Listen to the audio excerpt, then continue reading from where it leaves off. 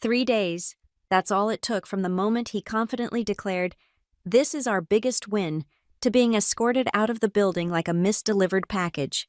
And it all started with a lunch one he wasn't invited to. While he was intoxicated by his own empty charts in front of the partner board, I just clicked through the slides. But each click was a scissor cut, slowly severing the thread that kept him from falling into the abyss. My name is Harper Quinn, and I've spent 12 years building empires out of data points at Halbert & Company, 38 years old, director of strategic data analytics, and the person who turned a dying consultancy division into a $41 million revenue stream. But on that Tuesday morning in March, none of that mattered to Victor Hale, our newly minted CMO who'd been imported from some Silicon Valley startup where he'd apparently revolutionized the art of selling vaporware. The quarterly review meeting was supposed to be routine. 23 executives packed into Conference Room A, the one with floor-to-ceiling windows overlooking downtown Seattle's perpetual drizzle.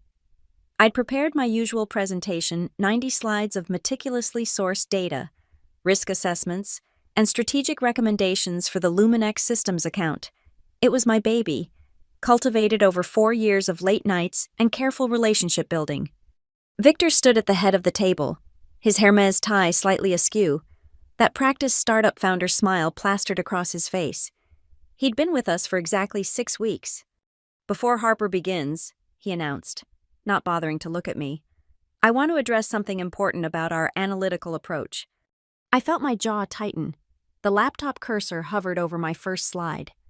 "This," he gestured vaguely at my screen, "is exactly the kind of overthinking that's been holding Halbert back. Harper, your analysis is—" He paused, savoring the moment like a cheap wine. "Thorough. But thoroughness doesn't close deals. Vision does. Energy does." He pulled up his own presentation on his phone, casting it to the main screen without asking. My work vanished, replaced by gradients and stock photos of people high-fiving in glass offices. "I've reimagined our Luminex strategy," he continued, "simplified it, made it sexy." Sexy. He used that word about an infrastructure optimization contract. The room shifted uncomfortably. Sarah from finance caught my eye, her expression a mixture of sympathy and secondhand embarrassment. But I kept my face neutral, professional. I'd learned long ago that in rooms like this, the first person to show emotion loses. "Harper's risk assessments," Victor laughed. Actually laughed. "Read like a legal disclaimer. Clients don't want to hear about what could go wrong. They want to hear about what will go right." He clicked through his slides. Pie charts with no data sources, growth projections that violated basic mathematics, a timeline that promised deployment in half the time I knew it would take. "This is the future of consulting," he declared. "Not spreadsheets and footnotes, but inspiration and disruption." I counted my breaths, in through the nose, out through the mouth, my grandmother's technique for not strangling idiots. The CEO, Marcus Webb, cleared his throat. "Interesting perspective. Victor, Harper, your thoughts?" Every eye turned to me. This was my moment to fight back, to defend 4 years of work, to expose Victor's presentation for the hollow theater it was. Instead, I smiled. The same smile I'd perfected during my divorce proceedings. "Victor brings a fresh perspective," I said evenly. "I look forward to seeing how his approach performs with Natalie Rhodes at Luminex. She's particularly detail-oriented." Victor's chest puffed out. He had no idea who Natalie Rhodes was beyond her title COO of our biggest client. He didn't know she'd been my mentor at Deloitte 10 years ago. He didn't know she despised flashy presentations almost as much as she despised being called Nat. He didn't know she had my personal cell number and that we exchanged birthday cards featuring increasingly inappropriate lawyer jokes. But he would learn. "Excellent," Victor beamed. "I'll be presenting to Luminex Thursday. Harper, you'll run the slides for me. Good experience for you to see how it's really done." The dismissal was so casual, so complete, that even Marcus looked uncomfortable. But I just nodded, gathered my materials, and headed for the door. "Oh, Harper," Victor called out. "Leave the risk assessments. We won't be needing those." I paused at the threshold, turned back with that same practiced smile. "Of course, I'll make sure you have everything you need for Thursday." What he didn't know, what none of them knew, was that I'd already started recording everything on my phone the moment he'd hijacked my presentation. Every dismissive comment, every baseless claim, every moment of him dismantling 4 years of carefully constructed strategy. Thursday was in 2 days. 48 hours to watch Victor Hale trap himself in his own snare. I walk back to my office, heels clicking against marble with metronomic precision, already composing the text I'd sent to Natalie that evening. Nothing dramatic, nothing that could be traced back as sabotage. Just a friend giving another friend a heads up. The game had begun, and Victor Hale didn't even know he was playing.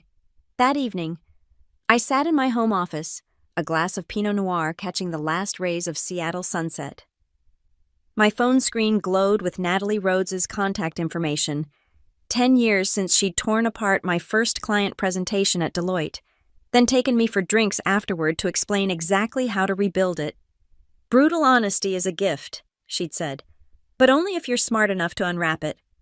I typed carefully. "Thursday's presentation won't be mine. New CMO has ideas. Just wanted you to know not my analysis, not my recommendations. Prepare accordingly." 3 dots appeared immediately. Then, understood. How bad?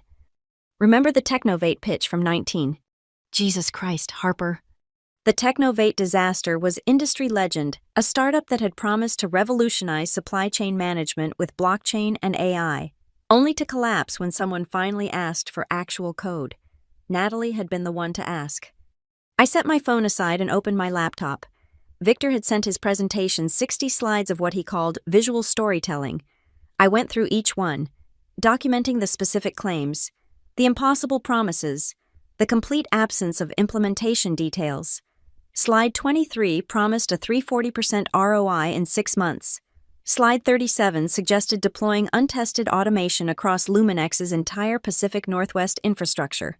Slide 45, and this was artistic, used the same stock photo twice, just with different color filters. My phone buzzed. Another text from Natalie. "Send me the original analysis. Personal email." I hesitated. Sharing internal documents could be grounds for termination, but then I remembered Victor's laugh, that dismissive wave of his hand, the way he'd called my work overthinking. I forwarded everything: 4 years of relationship building, market analysis, risk mitigation strategies, and carefully negotiated frameworks. The real work that had built the Luminex partnership from a $3 million experiment to a $41 million cornerstone. Wednesday arrived with typical Seattle gloom. I found Victor in the break room, practicing his presentation on 2 junior analysts who looked like they'd rather be anywhere else. "Harper," he called out, too friendly. "Just running through tomorrow's deck. Want to join?" I poured my coffee slowly, deliberately. "I'm familiar with it." "Of course you are." That condescending smile again. "You know, I've been thinking, after we close this expansion, we should talk about your role. You're clearly talented with details. Maybe we can find you something more suited to your strengths. Back office analysis, perhaps?" The junior analysts exchanged glances. Everyone knew back office was where careers went to die. "That's thoughtful of you, Victor." I stirred my coffee, the spoon clinking against ceramic in a rhythm that seemed to unsettle him. "By the way, have you met Natalie Rhodes before?" "Not personally, but I've dealt with plenty of COOs. They're all the same numbers, people who need to be sold on vision." Natalie's particular about first impressions. This was true. She once blacklisted a vendor for wearing a Bluetooth earpiece to a meeting. She values authenticity. "That's exactly what she'll get." He straightened his tie Hermes again. Different pattern. Pure, undiluted innovation. I watched him stride out, trailing the scent of too much cologne and unearned confidence. The junior analysts immediately relaxed. "Is he really presenting to Luminex tomorrow?" one asked quietly. "He is." "But that's your account. You built that whole relationship." I smiled into my coffee. "Yes, I did." That afternoon, I made my own preparations. I updated my resume, though I doubted I'd need it. I backed up every file, every email, every document that showed the real history of the Luminex account, and I practiced my own performance, the supportive colleague, dutifully clicking through slides while Rome burned. Victor found me in my office at 6 p.m., laptop bag slung over his shoulder. Big day tomorrow, he announced. I'm thinking we should arrive separately. I'll go first. Establish dominance. You come in 5 minutes later with the tech setup. Establish dominance. Like Natalie Rhodes was a wild animal he needed to subdue. Whatever you think is best, I replied. He paused at my door, perhaps sensing something in my tone. You know, Harper, there's no shame in being a supporting player. Not everyone can be a closer. After he left, I sat in the gathering darkness of my office, city lights beginning to twinkle below. My phone lit up with one final message from Natalie. Lunch Friday. Henrique's 1 p.m. We'll have things to discuss. Henrique's was where Natalie conducted her most important business. It was also where she'd recruited me to Deloitte a decade ago, and where she'd advised me to take the halberd position 5 years later. I'll be there, I replied. Tomorrow, Victor would walk into that conference room with his gradient slides and his startup jargon, absolutely certain he was about to revolutionize our largest client relationship. And I would stand behind him, loyal soldier to the end, clicking through each slide with perfect timing. Click, click, click, like the sound of a trap closing, one tooth at a time. The Luminex conference room felt like a morgue designed by apple white walls, gray carpet, temperature controlled to exactly 68 degrees, the kind of cold that kept you alert, uncomfortable, predatory. Natalie Rhodes sat at the head of the table, flanked by her CFO and head of operations. She wore a charcoal suit that cost more than Victor's monthly car payment, her expression as neutral as Swiss foreign policy. Victor burst through the door with the energy of a game show host, hand extended before he'd even crossed the threshold. Natalie, so wonderful to finally meet you in person. She looked at his hand for exactly 2 seconds before taking it. Mr. Hale, Harper. Her nod to me was microscopic, but I caught it. Victor didn't. Please, Victor said, settling into his chair with too much familiarity. Call me Victor. I believe business should be personal. I don't... Natalie's voice could have frosted windows. Shall we begin? I connected the laptop, pulled up slide 1. Victor's title slide exploded across the screen in what he'd called dynamic orange, a color that looked like a traffic cone had mated with a sunset. What you're about to see, Victor launched in, isn't just a presentation, it's a paradigm shift, a complete reimagining of what Halberd can do for Luminex. Click, slide 2, a word cloud featuring synergy, disruption, and blockchain in progressively larger fonts. We're talking about revolutionary integration, Victor continued, his hands conducting an invisible orchestra. Not evolution revolution. Natalie's CFO, a man named Gerald, who collected vintage calculators, raised his pen. Could you define revolutionary integration? Absolutely, Victor's smile widened. It's about breaking down silos, creating seamless workflows that transcend traditional boundaries. That's what it's about, Gerald said slowly. But what is it? Click. Slide 3, stock photo of people in hard hats pointing at tablets. It's the future, Victor said, as if this explained everything. I kept my face perfectly blank, clicking through slides with mechanical precision. Slide 15 promised to reduce operational costs by 67%, while simultaneously increasing output by 340%. Slide 23 introduced something called quantum-adjacent processing, which Victor explained was like quantum computing, but more accessible. Natalie hadn't moved once, hadn't taken a single note. Her legal pad remained pristine, her Mont Blanc pen untouched. Mr. Hale, she finally said, cutting through his explanation of leveraging tomorrow's solutions today. Where is this data sourced from? Multiple industry benchmarks and proprietary algorithms. Which industries? Diverse sectors, tech, manufacturing, logistics. Which companies specifically? Victor's rhythm faltered. Well, that's confidential, but I can assure you. You're assuring me based on data you can't identify from companies you won't name using algorithms you're calling proprietary. Natalie's tone hadn't changed, but somehow the room got colder. Click. Slide 31, a bar graph with no labeled axes. The trends speak for themselves. Victor pressed on, sweat now visible on his forehead despite the Arctic temperature. Do they... Natalie turned to me. Harper, is this your analysis? Victor jumped in before I could answer. Harper assisted with some preliminary research, but this vision is mine. I see. She turned back to Victor. Continue. The remaining 29 slides felt like watching someone drown in slow motion. Victor's energy curdled into desperation. His gestures became frantic. He started repeating phrases game-changing appeared 17 times by my count. When he finally reached his conclusion, a slide that just said questions in 72-point font, the silence stretched like taffy. Natalie stood. Thank you for your time, Mr. Hale. But don't you have questions? Thoughts, I mean. This is transformative. I have one question. She gathered her untouched notepad. Does Marcus Webb know you're presenting this? He's fully supportive of my innovative approach. Innovative. She tested the word like suspicious sushi. Harper, walk with me. It wasn't a request. I packed up the laptop while Victor sat frozen, his mouth opening and closing like a beached fish. In the hallway, Natalie's heels clicked against marble with lethal precision. We walked in silence to the elevator bank. Only when the doors closed did she speak. How long did you work on the original proposal? 4 years. And he destroyed it in what, a week? 6 weeks? He's been with us 6 weeks. She pulled out her phone, typed something quickly. Friday, Henriquez, 1 o'clock. I'll be there. The elevator opened at the lobby. Through the glass walls, I could see Victor at the reception desk, his phone pressed to his ear, gesticulating wildly, probably calling Marcus, spinning the disaster into something resembling success. Natalie followed my gaze. $41 million. Harper, that's what your relationship management has meant to Luminex. Does Halbert understand that they're about to...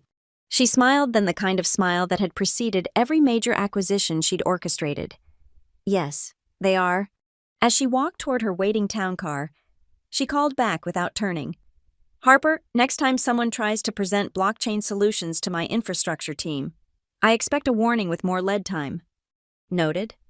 I watched her car disappear into Seattle traffic, then turned back to find Victor standing behind me, his face the color of old paper. What did she say to you? She thanked me for my time. That's it. That's it.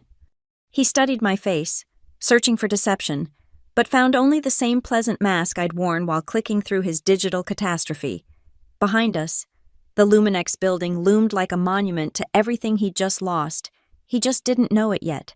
Henriquez occupied the 40th floor of the Rainier Tower, the kind of restaurant where deals worth millions were sealed over Wagyu that cost as much as most people's rent. Natalie had already claimed her usual table corner booth. Sightlines to both exits, back to the wall. Old habits from her days dismantling hostile takeovers. She was halfway through a glass of Chablis when I arrived, her phone face down on the linen tablecloth. A second glass waited at my place setting. You look remarkably composed for someone whose career just got torpedoed by a walking TED Talk, she said as I sat down. It's only a torpedo if you're on the ship. And you're not? I took a sip of wine. Perfect temperature, perfect pour. Natalie never did anything halfway. I'm considering my options. Good, because I have one for you. The waiter appeared. Henriquez's staff had the supernatural ability to materialize exactly when needed. Natalie ordered for both of us without consulting the menu. She knew what I liked, remembered from a decade of business lunches. Luminex is restructuring, she began once we were alone again, creating a new position, VP of Strategic Implementation, someone to oversee all our consulting partnerships. Make sure we don't get another... She waved her hand. Whatever that was yesterday. Sounds like a big role. Triple your current salary, stock options, full benefits, and this is the interesting part, you can bring your own team, up to 5 people. I set down my glass carefully. That's generous. It's not generosity. Harper, it's mathematics. You've saved us approximately $18 million over 4 years by preventing the exact kind of disasters your CMO tried to sell us yesterday. This is just good business. Our appetizers arrived oysters that probably had names and pedigrees. Natalie continued while I processed the offer. I need someone who understands both sides of the table. Someone who can smell bullshit through a conference call. Someone who won't let another Victor Hale waste my time with quantum-adjacent nonsense. He actually said that... With a straight face, she speared an oyster with surgical precision. I've seen plenty of empty suits, Harper, but that one was spectacular, like watching someone juggle flaming chainsaws they'd never touched before. Marcus Webb hired him personally, poached him from some startup that went under 6 months later. Of course he did. Natalie pulled out her phone, showed me an email thread. Marcus has been sending me apologetic messages since 4 a.m. Apparently, Victor told him the meeting was transformative and that we were aligned on vision. Technically true. You both had vision. His was just hallucinogenic. She laughed sharp and brief, like a knife through silk. I haven't responded yet. I'm waiting. For what? For you to tell me if you're accepting my offer. The main courses arrived, $40 salads that looked like art installations, the kind of lunch that would horrify my mother, who believed anything over $10 better come with sides and dessert. When would you need an answer? Monday. She cut into her salad with the same precision she dissected quarterly reports. But Harper, there's a condition. Here it was. There always was. If you come to Luminex, you come clean. No sabotage on your way out. No scorched earth. I need Halberd functional because they still have 3 other contracts with us. Smaller ones, but viable. And Victor. Victor is not your problem. He's made himself Marcus Webb's problem. And Marcus is about to discover what $41 million looks like when it walks away. I thought about my office at Halberd, the 4 years of late nights, the carefully built relationships, the analyst team I'd trained from scratch. Then I thought about Victor's smirk, his Hermes ties, his casual dismissal of everything I'd built. I'll need a week to transition, clean handoffs, documentation, the works. Naturally, we're not amateurs. She raised her glass. To new beginnings. To inevitable endings. We clinked glasses, crystal singing in the rarefied air. There are 2 analysts at Halberd, I said. Sarah Chen and Michael Torres. They're the ones who actually understand the Luminex infrastructure. Without them, whoever takes over the account will be starting from zero. Send me their resumes. And my senior data architect, James Park. He built most of the automation frameworks Victor was so eager to rip out. Him too. We finished lunch discussing details, start dates, reporting structures, the tedious machinery of corporate transition, but beneath the logistics was something else, the satisfying click of pieces falling into place. As we waited for the elevator, Natalie turned to me. You know what the difference is between revenge and strategy? Timing.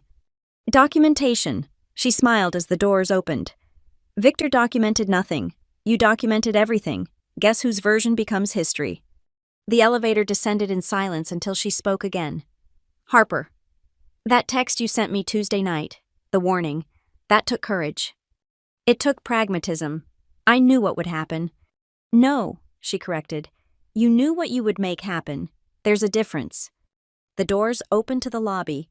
Outside, Seattle was doing its best impression of a city that hadn't seen sun in weeks. Natalie's driver was already waiting.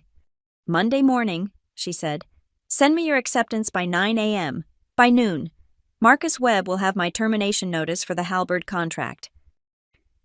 You're going to wait until Monday. Of course, I want Victor to have the whole weekend to celebrate his transformative meeting. Makes Monday so much more educational. She slid into the town car, then lowered the window. Oh, and Harper? That blockchain joke in his presentation, my head of infrastructure is still laughing. He screenshot it for his LinkedIn. As her car pulled away, my phone buzzed. Victor, sending a group email. Team, following yesterday's successful meeting with Luminex. I'll be leading a strategy session Monday to discuss our expansion plans. Attendance mandatory. I forwarded it to Natalie with 2 words, he doesn't know. Her response was immediate. Perfect, let him plan his victory party. I stood there on the sidewalk, rain starting to fall, and thought about Monday, about Victor walking into that conference room, probably wearing another Hermes tie, ready to bask in his imagined triumph. 3 days from now, he'd learn what $41 million sounds like when it says goodbye. But first, I had some resumes to send. Saturday morning. I sat in my home office with 3 cups of coffee and 2 phones, personal and work, church and state. The personal one had been buzzing since dawn. Sarah Kim and Michael Torres, my 2 best analysts, responding to my carefully worded messages. Hypothetically, I'd written, if an opportunity arose that tripled your salary and got you away from certain recent leadership changes, would you need more than 48 hours to decide? Sarah responded first. Hypothetically, I'd need about 48 seconds. When do we start? Michael was more cautious, more thorough. Exactly why I'd hired him. Is this about Thursday's disaster? Because I've been updating my resume since Victor called my risk matrices creativity killers. I sent them both the same response. Monday evening, drinks at the bookstore, come with resignation letters. I'll explain everything. James Park, my senior architect, took longer to convince. He had kids, a mortgage, the beautiful burden of stability. But when I mentioned Natalie Rhodes's name and the stock options, his tone shifted. She personally requested me, by name, she remembers the infrastructure you built, called it the only competent thing to come out of Halberd in 5 years. When do you need an answer? Sunday night. You'll have it by lunch. I spent the rest of Saturday crafting my resignation letter. Not the emotional purge I wanted to write, the one that detailed every moment of Victor's incompetence, every dismissed idea, every stolen credit. Instead, I wrote something pristine and professional. 2 paragraphs, effective immediately, new opportunity, grateful for the experience. The kind of letter that would be photocopied and passed around HR as how to leave gracefully. Sunday arrived with unusual sunshine, Seattle's way of mocking what was about to happen. I met James for coffee at a spot far from the office, one of those aggressively local places that roasted their own beans and had opinions about pour-over techniques. 15 years, he said, staring into his cortado. I've been at Halberd 15 years. And in those 15 years, how many times have they promoted you? Twice. How many times have they promised to promote you? He laughed, bitter as the espresso. Lost count after 10. Natalie doesn't make promises. She makes offers. Once. He pulled out his phone, showed me a photo of his kids, twins, gap-toothed and grinning. College in 8 years. Stock options vest in 4. You really think this is the right move? I thought about Thursday's meeting, about Victor's confident ignorance, about 4 years of work dismissed with a laugh. I think staying is the wrong move. He nodded slowly. I'll email my resignation tonight. When do we tell Victor? We don't. We tell HR Monday morning. Victor finds out when he finds out. Cold. Strategic? That evening, I organized my files one last time. Every document, every analysis, every piece of intellectual property that belonged to Halberd was meticulously cataloged and stored on the shared drive. No one could accuse me of taking anything that wasn't mine. But my personal relationships, my knowledge, my team's loyalty, those were leaving with me. My phone lit up with a LinkedIn notification. Victor had posted about his game-changing meeting with a Fortune 500 partner and how he was revolutionizing the consulting space with bold thinking and fearless innovation. 67 likes already. Amazing what people would applaud when they didn't know better. Sarah texted me a screenshot. Did you see this? He actually used the word synergy 4 times in one paragraph. Let him celebrate, I replied. You know something. I know Monday is going to be educational. At exactly 9 p.m., 3 resignation letters hit my inbox. Sarah, Michael, and James, all using slightly different versions of the same template I'd provided. Professional, brief, effective immediately. I forwarded them to my personal email, then sent Natalie a simple message. Package ready for delivery. Her response was immediate. Excellent. Contracts will be ready. Tuesday. Welcome to Luminex. Harper, let's build something that lasts. I poured myself a glass of wine, the good stuff, the bottle I'd been saving for something special, and sat on my deck watching the city lights twinkle below. Somewhere out there. Victor was probably at some overpriced bar, telling anyone who'd listen about his revolutionary presentation, his transformation of Halberd's approach, his brilliant future. He had no idea that 3 resignation letters were already queued in HR's inbox, waiting for Monday morning's automated delivery. No idea that $41 million in revenue was about to evaporate. No idea that his supporting players had already left the stage. My phone buzzed one last time. Marcus Webb, sending a rare Sunday night email to the leadership team. Looking forward to Victor's strategy session tomorrow. Exciting times ahead for Halberd. I raised my glass to the screen. Indeed, Marcus. Very exciting. Tomorrow morning, at exactly 8 a.m., HR would receive 3 resignation letters. At 9 a.m., I'd send mine. At noon, Natalie would send her contract termination.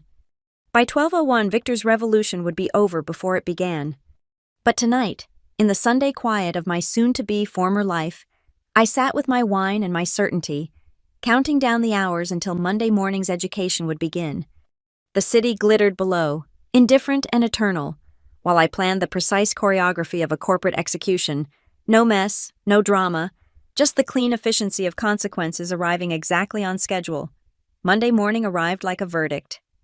I watched from my office window as Victor's Tesla pulled into the executive lot at 7:45 a.m., 15 minutes earlier than usual. He probably wanted to set up his victory lap presentation, arrange the conference room just right for his moment of triumph. At 8:00 a.m. sharp, 3 resignation emails landed in HR's inbox. I knew because Linda from HR texted me immediately we'd worked together for 8 years, and she had questions. Sarah, Michael, and James. All at once, what's happening? New opportunity came up, better fit for their skills. Harper, that's your entire team. Not my entire team. Victor made it clear I'm a supporting player now. The silence on the other end stretched long enough that I wondered if she'd hung up. Then, are you leaving too? My letter will be there at 9. Jesus, Marcus is going to lose his mind.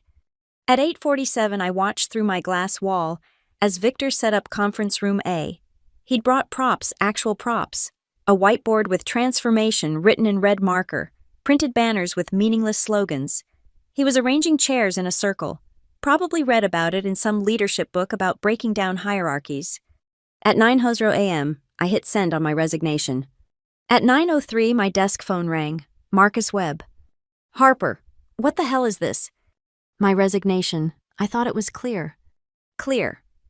You're taking your entire team. That's sabotage. They received better offers, as did I. That's business. Marcus. This is about Victor, isn't it? This is petty revenge because he challenged your approach. I kept my voice level, professional. Marcus, I've documented every handoff, organized all files, and prepared transition notes. Everything Halberd needs is on the shared drive. I don't give a damn about the shared drive. The Luminex presentation is in 2 hours. What Luminex presentation? The follow-up. Victor said they loved Thursday's meeting. Wanted to see more detail about implementation. I actually had to mute the phone to keep from laughing. Victor had invented a meeting that didn't exist to celebrate a success that never happened. I'm sure Victor can handle it, I said. He was very clear about not needing my risk assessments or implementation details. Harper, please, just stay through the Luminex situation. We can discuss terms. My decision is final, effective immediately. I hung up and started packing my personal items. 1 box, 8 years reduced to 1 banker's box, the good pen my father gave me when I got promoted, a photo from the team dinner when we'd first won Luminex, my coffee mug, the one that said, I survived another meeting that should have been an email. At 10:15, Victor burst into my office without knocking. What did you do? Be specific. Sarah and Michael won't answer their phones. James's desk is empty, and Linda says you've resigned. All true? His face was the color of expensive salmon, pink and raw. You sabotaged me. You turned them against me. I offered them better jobs. They accepted. That's not sabotage. Victor, that's the free market you're always talking about. The Luminex meeting. What Luminex meeting? He stopped, caught. The follow-up. They wanted to discuss implementation. Do you have that in writing? His silence was beautiful. He'd lied about the meeting, assuming everyone would be there to make him look good, never imagining his supporting cast might have other plans. You planned this, he said finally. I planned my career advancement. You planned a PowerPoint. We both executed our plans. Mine just worked better. At 11:45, my phone buzzed. Natalie. Sending the termination notice in 15 minutes. You might want to be gone by then. I picked up my box, took one last look at my office, soon to be someone else's problem, and headed for the door. Victor stood in my way. You can't do this. It's already done. I'll sue? Theft of corporate resources, poaching, something. I set down my box, pulled out my phone, and played a recording Victor's voice, clear as crystal, dismissing my work, calling my analysis overthinking, declaring he didn't need risk assessments. I have 40 minutes of Thursday's meeting recorded.